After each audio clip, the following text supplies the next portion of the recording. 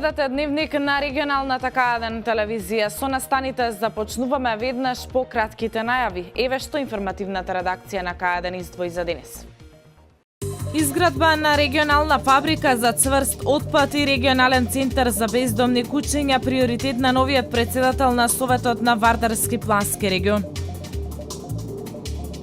Општина Неготино започна со санирање на ударните дупки на повеќе улици во градот.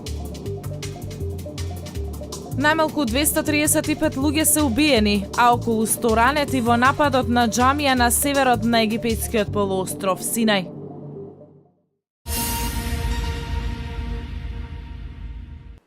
Изградба на регионална фабрика за цврст отпад и регионален центар за бездомни куќиња приоритет за новиот председател на Советот на Вардарскиот плански регион. Коцевски смета дека реализацијата на овие проекти би придонеле за подобрување на квалитетот за живот во сите 9 општини. Изградба на регионална фабрика за третман на цврт комунален отпад со претоварни станици, изградба на регионален центар за третман на бездомни куќиња. Ова се двата приоритетни проекти на новиот председател на Советот на Вардарскиот плански регион. Коцевски смета дека реализацијата на овие проекти во далеку би придонеле за подобрување на квалитетот за живот во сите 9 општини. Тој очекува и поинтензивна соработка со централната власт, од каде што би се слевале повеќе финансиски средства за реализација на проектите, со кои ќе се придонесе за рамномерен регионален развој.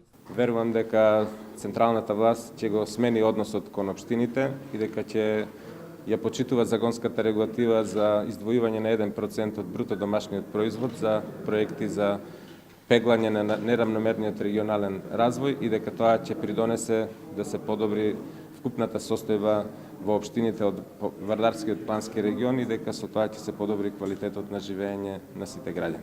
Подобрување на соработката со Министерството за локална самоуправа очекува Коцевски. Министерството за локална самоуправа ќе има вистински однос кон општините, дека ќе биде нивни партнер и дека заеднички ќе успееме да го придвижиме нанапред процесот на децентрализација и дека ќе направиме многу повеќе за рамномерниот регионален развој на Македонија и особено во областа на фискалната децентрализација. Локалните самоуправи до 15 декември преку Центарот за развој на Вардарскиот плански регион врз основа на приоритети може да аплицираат и да добијат финансии за реализација на проекти од регионално значење во износ од околу 30 милиони динари. Овие средства се обезбедени од Бирото за развој и од Министерството за локална самоуправа.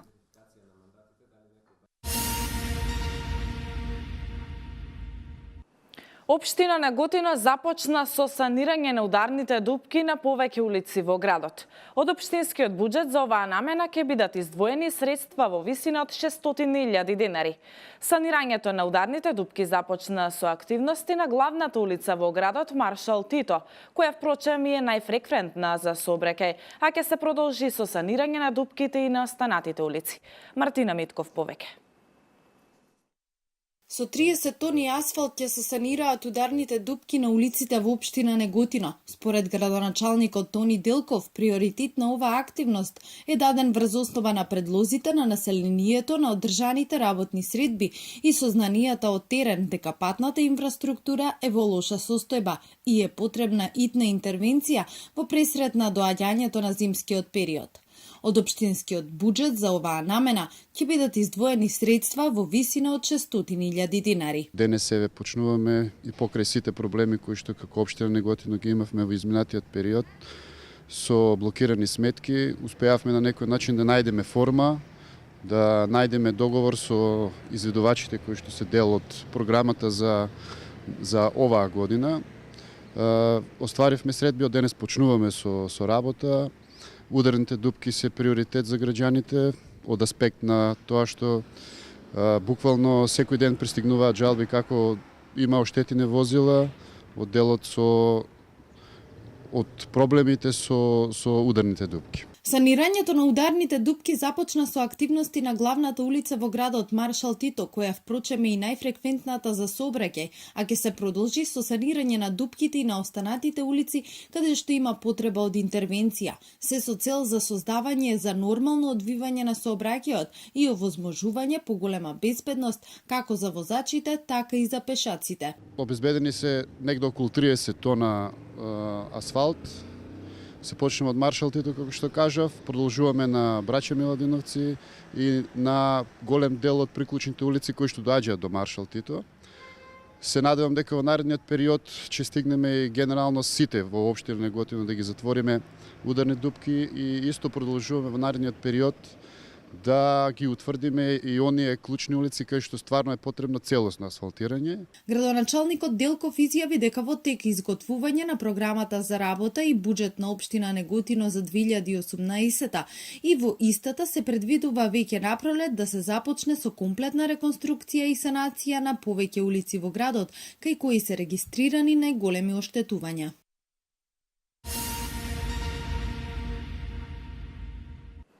Просечната исплатена нето плата во септември 2017 година изнесува 23.229 динари.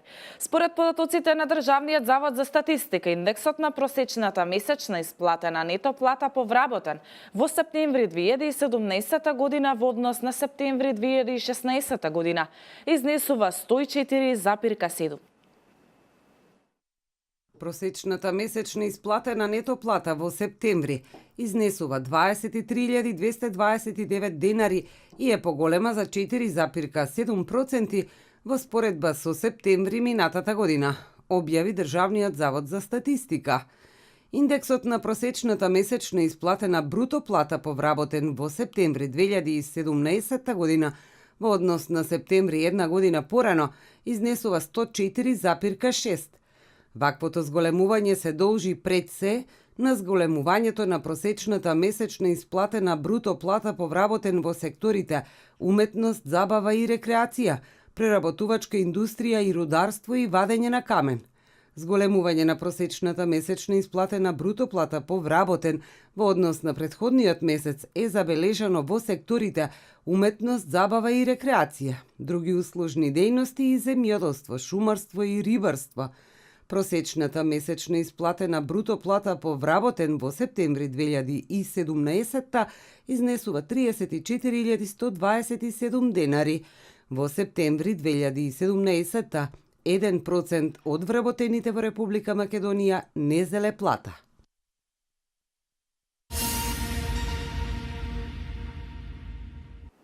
Зголемувањето на давачките за 3,5 денари на дизел горивото го поделија мислењето на земјоделците. Едни сметаат дека тоа ќе биде лошо за нивните трошоци, а други пак тоа дека нема да има големо влијание. Фармерите очекуваат зелената нафта да го амортизира негативниот ефект. Валентина Михајловска со деталите. Предвиденото зголемување на нафтата со предлог буџетот за 2018 година ги подели мислењата на земјоделците. Според едни, тоа нема да има големо влијание врз вкупните трошоци, додека други сметаат дека владата треба да ја преиспита ваквата одлука и бараат да не важи за земјоделците. Земјоделците сметаат дека зголемувањето на акцизата ќе има негативни импликации, иако се уште немаат конкретни анализи, но со воведувањето на зелената нафта тие ќе бидат намалени. Зголемувањето на акцизата на нафтата не треба да ги загрижува ниту земјоделците, ниту пак потрошувачите, велат од Министерството за земјоделство, шумарство и водостопанство. Сметаат дека нема да предизвика поскапување на земјоделските производи. Оттаму велат дека со воведувањето на поевтина зелена нафта, трошоците за земјоделското производство ќе бидат намалени. Ова законско решение наскоро ќе влезе во владина процедура.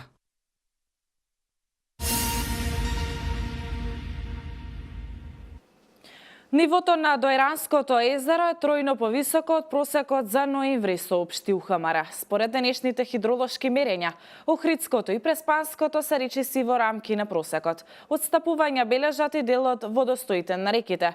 Со двојно пониско ниво од просечното се Треска кај Македонски Брод, Крива река кај Крива Паланка, Пчиња кај Катлановска бања и Сатеска кај Ботун. Вестите од Македонија во продолжение.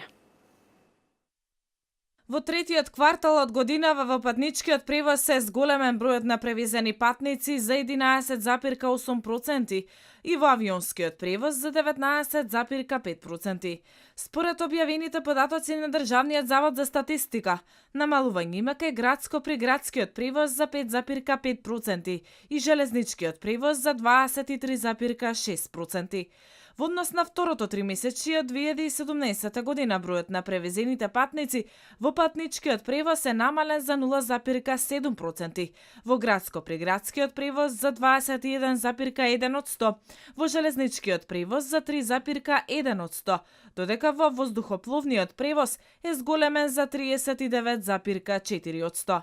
Во третото тримесечие од 2017 година во споредба со третото тримесечие од 2016 година, количеството на превезената стока во товарниот патен превоз е намалено за 5,2%, во воздухопловниот превоз за 10,2%, додека во железничкиот превоз е зголемено за 1,4%. Во однос на второто тримесечие од 2017 година, количеството на превезената стока во товарниот патен превоз е намалено за 21,5%, во воздухопловниот превоз за 7,6%, додека во железничкиот превоз е намалено за 21,1%.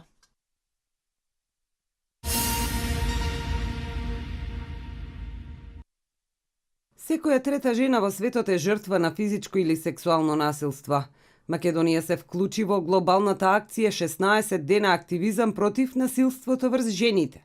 Тргнувајќи од потребата за посебна потреба на заштита на жените од овој вид на насилство, Генералното собрание на Обединетите нации со резолуцијата 54-134 на 17 декември 1999 година го утврди 25 ноември за Меѓународен ден за борба против насилството врз жените. Насилството врз жените продолжува да биде сериозен системски проблем кој најчесто се манифестира и е резултат на дискриминаторски третман на мажите врз жените. Државата се уште не успева да обезбеди ефикасен систем на заштита на жртвите, а за ова говори и фактот дека 70% од жените во Република Македонија доживеале некаков вид на насилство во нивниот живот. И покрај измените и дополнувањата на законската и подзаконската регулатива, во Република Македонија нема видлив напредок и подобрување на резултатите во превенцијата и заштитата на жените кои се жртви на насилство, ниту соодветно гонење и процесирање на сторителите на насилството од друга страна. Еден од најголемите клучни проблеми е системот за заштита на жените жртви на насилство, се вели во соопштението на Хелсиншкиот комитет.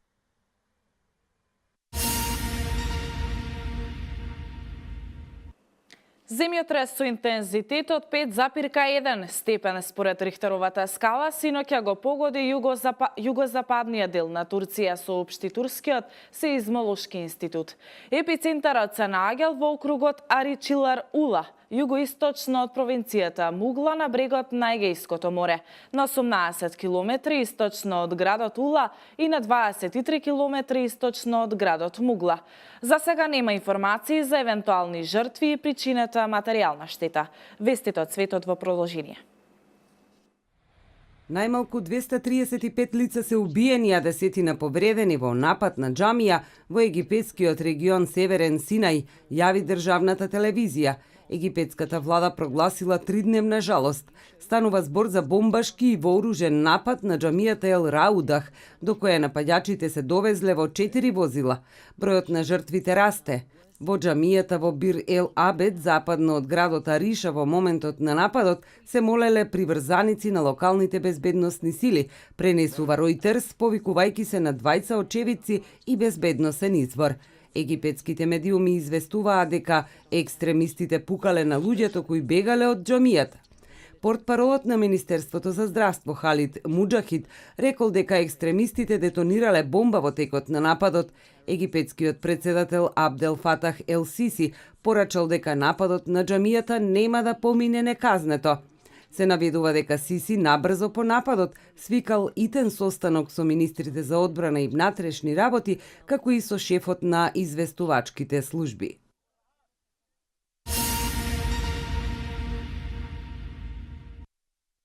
Армијата на Соединетите Американски држави има околу 2000 војници во Сирија, кои во изминатиот период се бореле против исламска држава, а обучувале и локални вооружени групи. САД досега го имаат потврдено присуството на околу 500 војници пред се во северните курдски делови на земјата, но извори во Пентагон за американските медиуми најавија дека бројката е многу поголема и дека сега, по победата над Исламска држава, активностите на Соединетите американски држави ќе бидат најавени во целост.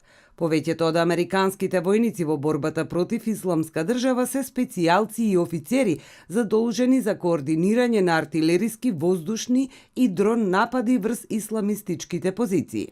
Во слична улога САД имаат и 11.000 војници во Авганистан, а наскоро планираат да испратат уште 4.000 војници таму, пренесува МИА.